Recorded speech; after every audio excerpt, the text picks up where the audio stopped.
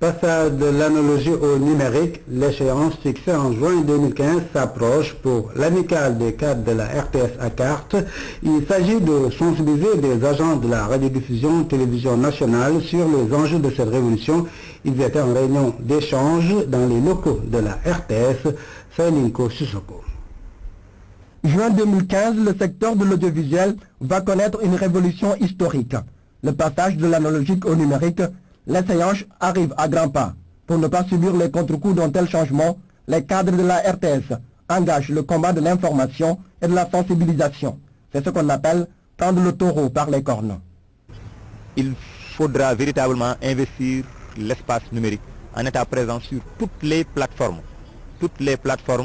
et servir un contenu à même de servir toutes les sensibilités en termes du point de vue linguistique, du point de vue tranche d'âge, du point de vue culture, etc. pour ne citer que ça. Programme rénové, mode de financement innovant pour la radiodiffusion nationale, les enjeux sont cernés. Cet après-midi de partage a regroupé tout le personnel de la radio-télévision nationale.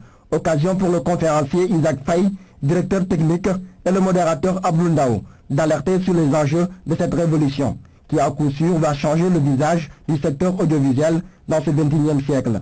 Le président de la carte, pour sa part, reste convaincu que la RTS se doit d'amorcer le cap de la rupture pour être dans le tempo. Aujourd'hui, la RTS doit se battre davantage pour que la production et les contenus soient d'une très haute facture, de telle sorte que, puisque ce sera l'avantage concurrentiel qui sera le même partout. C'est-à-dire aujourd'hui, la RTS sera au même pied d'égalité du côté de la diffusion et de la couverture.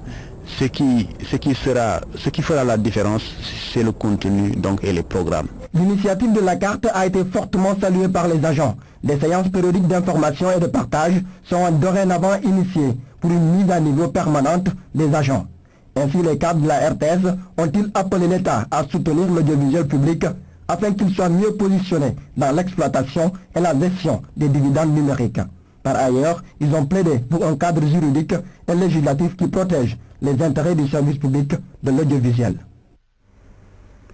La déferlante des personnages de héros arrive sur Dakar. C'est demain.